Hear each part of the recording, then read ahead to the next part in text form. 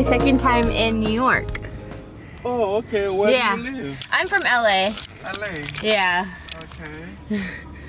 So that's why they were saying, oh yeah, just use an Uber. And I drive myself everywhere in LA, so I never have to use one.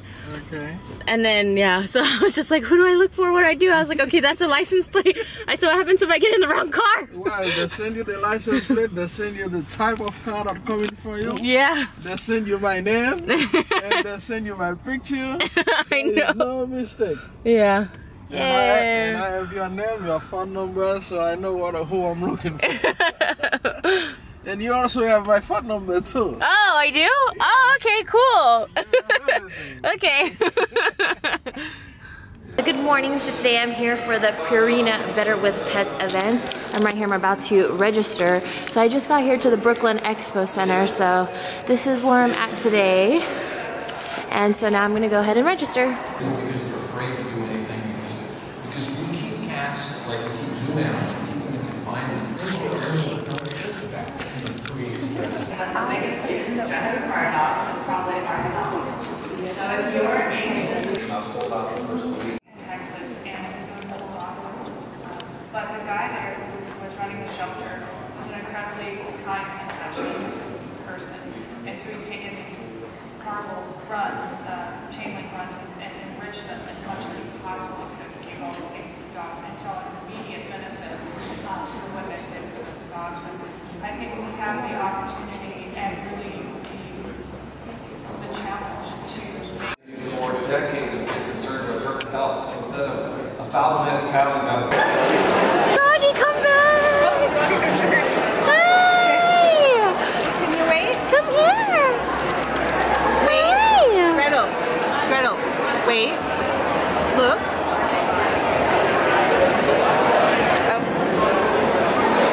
Good girl. Woohoo! There you go. Yay! Thank you. The name was Gretel. Isn't that cute, Gretel? That is such a cute name. Did she let you like pet him? Yeah, but then I think she thought I was taking a picture because I'm like, ah, with the video, but she's like, Gretel. We're here. Yay, go doggies. I really.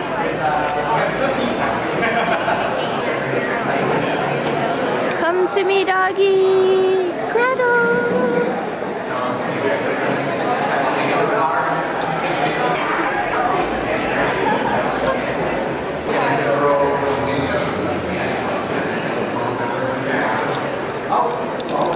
Further talk about, I guess, other things that I do, but it's very exciting. I'm happy you could share experiences with you.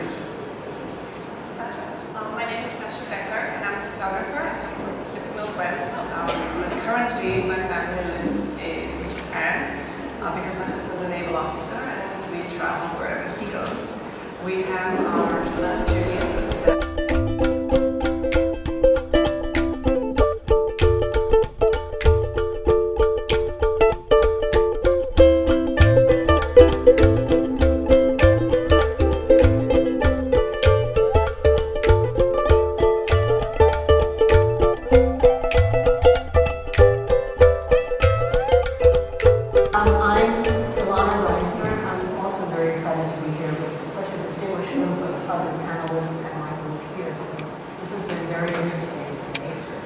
I'm a veterinary behaviorist, so I'm a veterinarian who specializes in behavior.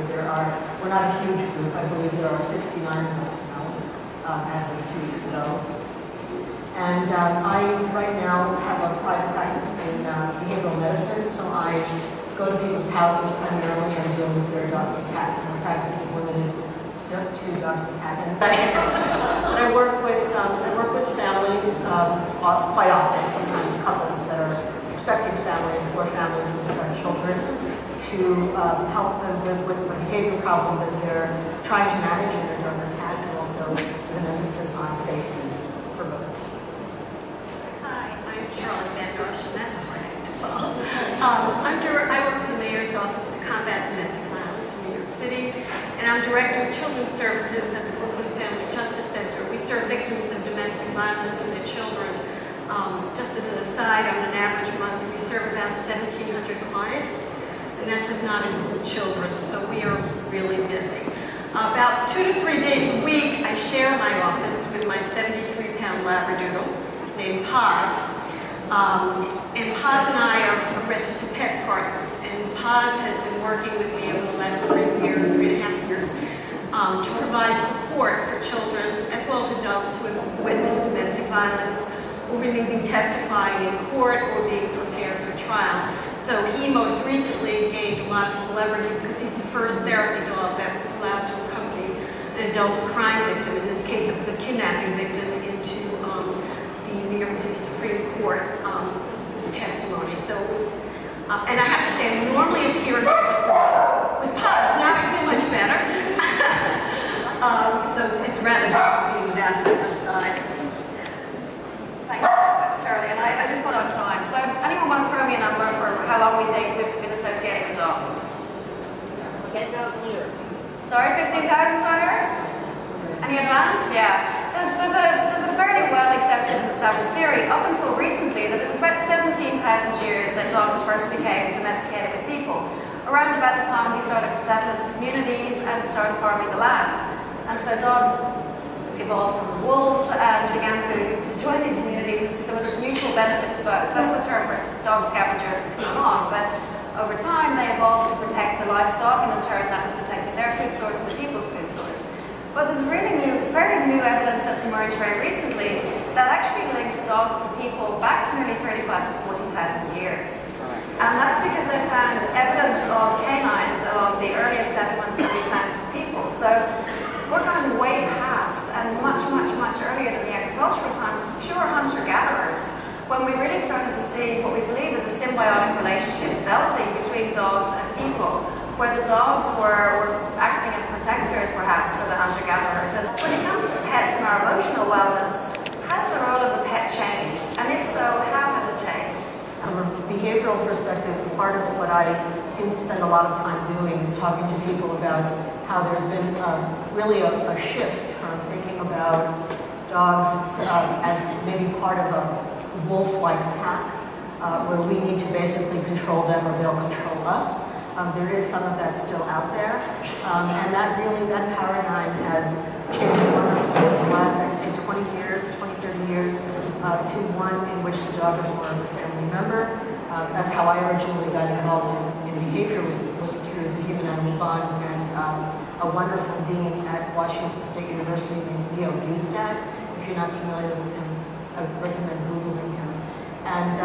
And more to look at them as animals who we are responsible for, and members of our families. It's about a lifestyle. It's about a commitment to this lifestyle that's going to enhance your life cognitively, physically, and spiritually. And there's so much science out there, so much research that they've really seen that dogs are so extraordinarily socially intelligent. So there's a synchronicity going on with us and our pets, cats too. But it's making our life better, giving us a healthier lifestyle.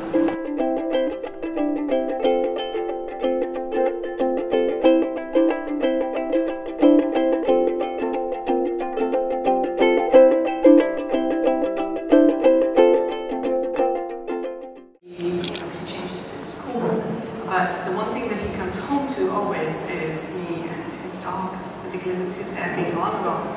And so I think I work for my dogs. I work very hard because they don't particularly have a job that they need to provide for us. They don't, take care of our kennel or guard our house.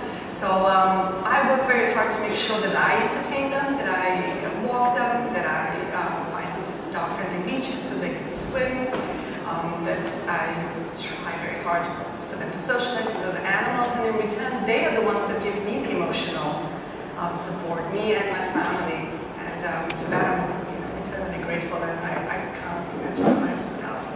I work in a very stressful environment because we see victims of domestic violence and their children as well as victims of human trafficking on a daily basis, and we often operate in a crisis mode. And when I started to run the children's programs, one of the things that becomes very apparent is when a child accompanies a parent where something terrible has happened, the children are equally as traumatized, if not more so. So I first Paz and I became registered pet partners. And I first started to bring Paz to work, about 2 to 3 days a week. He would accompany me, and he's a very large, goofy-looking Labrador, kind of about close to 80 pounds and 1 goes along. And if you can envision that he's walking into the Brooklyn District Attorney's office down here, most people entering that building are not there because of something pleasant that's happened. It's generally something traumatic has taken place. So his initial role when we started was he would meet and greet the children. If it's something that just happened, we'd bring him in, and he intuitively has developed this, it's almost an unspoken language between him and a child, and I almost can't describe it. He intuitively understands when something is wrong. He will intuitively go up to a child, try to comfort them. And of course we observe all the things about asking, is a child afraid? Everything is done respectfully. But he has developed this way of, he can hear a child cry, he will go right over. And what it's evolved into most recently is that we deal with children who unfortunately have to go through a pre-trial preparation or maybe going to trial in which we have to get information, and it's a very traumatizing process. So what we've done, we started to do about a year ago, is because he got along so well with children, is to bring Paz in. And again, a room is set up, there's a couch, and Paz jumps on the couch, immediately puts his head in the child's lap, and we begin the process. What's happened is that in cases, and he's worked on some very serious cases, we've been able to get testimony that otherwise we might not get. But the other very interesting thing is for those of us in a room where a child is being interviewed, we have to maintain our composure. We cannot do anything that will bias the child's response to the questions. And I have to tell you that that's a very difficult position to be in when your instinct for the child that's hurt is to put your arm. Paz does it for us. And I think that it helps everybody in the room. Paz puts his head in their lap. Paz will nudge them. There's at times where children cannot respond. He will start to nudge. And it's interesting. It's taken off. Everybody wants the dog. Not even the dog. It's incredible. Hand these kids a book. Now these are children that they won't do eye contact. They won't even really communicate with one another. They open that book, they begin to read, and they're not just reading, they start talking to one another. They start talking about the story, they start to express themselves, because the dog is creating this calm, confident atmosphere. We brought in Lizzy. I can't tell you the instant transformation, like I talked about in the last panel in 15 minutes, that blood pressure went down, there's a transformation. These kids, the body language changed, the anger changed, the frustration changed, they started to communicate with one another, they cared for the dog. It was like instant empathy on the spot, caring for this dog. And so it was wonderful, it's wonderful for the dog, because the dogs we bring to them, it's a foster program. So now these dogs that, that are in the shelter, they're in an environment where they're being helped and they're helping these kids. Most recently, I've noticed that my son is teaching his friends how to take care of his dogs or how to behave around his dogs when they're inappropriate. So I'm thinking, me being a good role model has taught him how to be around pets, and he's in turn projected that out to the society. So I think it could become a global thing in the end, hopefully. So I think just being a good role model.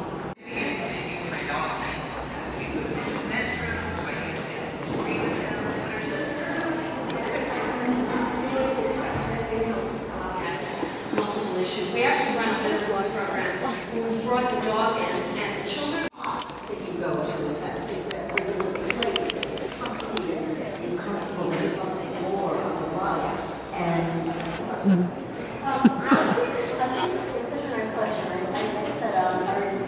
I remember when my one dog was. I would never impose Paz on somebody, because I equate it to, I don't like elevators. I don't like being closed in elevators. If I'm trapped in an elevator. I was like, what is your best line? Hi, Bella. Hey! Nice to meet you too. I'm glad you could make it. Hi, I'm Lizzy. Hey, Lizzy. Nice to meet you. I'm sorry for all Oh, it's the travel. Oh, it's Okay. I'm glad we can work it. I got it on film now. I got your apology. I got the apology. Yeah. I apologize. Apology to me. I accept. I accept. You don't recognize her? She's been on SNL 4 times. Oh, really? Oh my gosh, you guys, I'm petting a famous dog. Seth Rogen and Kevin Hart. Look, you guys. So you know it's me. I'm with her. Oh my god. You're so beautiful. I know, we're probably scaring you. So sorry. She's used to a lot of, she drives a jet ski by herself. Does she have an Instagram? No, you know, that's what, someone told me to do that. So cute. Oh yeah, you should. The other day she met Doug the Pug. You ever hear him? You ever hear Doug the Pug? No. Oh no, yes. He's the number one Amazon kid. Yeah. So she got it. Come here. Oh. What is your dog's name? This is Chloe Kardashian. Oh, Chloe Kardashian. So cute. Thank you. This is her if you want to follow her on Instagram and stuff. Everybody go follow Chloe Kardashian. So cute. Thank you. Hi. I know. I'm not gonna lie, I love you guys, but this is a little bit better. Oh yeah. Where are you guys Dog from? influencers. I'm from Texas. Okay. LA. You work on dog, you have a dog blog or? I don't know, we're YouTubers and we're just pet cool. lovers. Oh, yeah. Awesome. So nice to meet you guys. YouTube is the one land she has not yet conquered. Oh wow. She will now. She needs to. Yeah. Everybody go follow her. Oh, you guys, Lizzie's having a moment. I'm having a moment. Look at how silly. Oh my God. What is her name again? Chloe Kardashian. Chloe Kardashian on Instagram and Facebook, I think. She swerves. So here's the Instagram, you guys. Chloe Kardashian with a C. All on YouTube.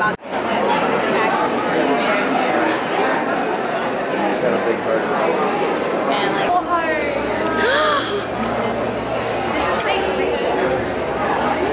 Oh my gosh.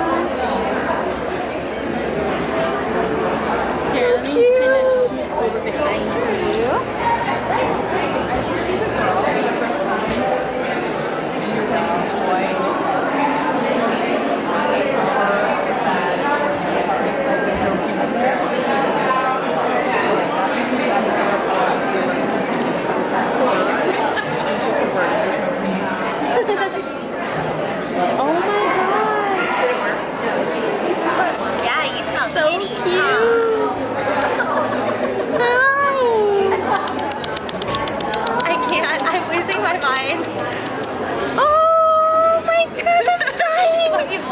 No, go in my purse. Go in my purse.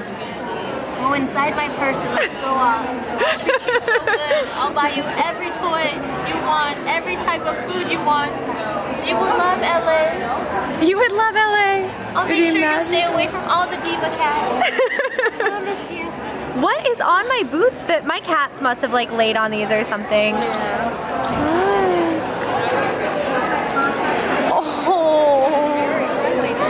She's so friendly. Such a pretty color too. No, she's so pretty. She looks like my old cat Velvet. So cute. Oh my gosh. Double the cuteness. I can't handle this anymore. I don't even know what to do right now. You guys, I can't even take the cuteness right now. There's, oh my gosh, this is so adorable. Like this is a dream. Look. So cute. Sorry. Yes, go inside my bag and we will go and have a great time forever. Oh. I can't get down or I won't get up. Oops. Uh-oh. Thank you. Hi. Hi. Oh, Cody was like, that's thank you. You're welcome. You're cool. I can't. You are mine. Do you want to come home with me? Yes. Yes, I do. Hey guys, so we're still over here and oh my gosh, this is so much fun. This is literally like heaven for me. I totally miss Nani and Ali'i and I'm not even gonna lie. Yesterday when I was FaceTiming Glenn, he FaceTimed Nani and Ali'i and it was so cute when I was calling their names and they were looking for me. But we're still here, we're having a blast. We getting to see all the pets and we saw so many cute cats and oh, I just want to take all of them all with me.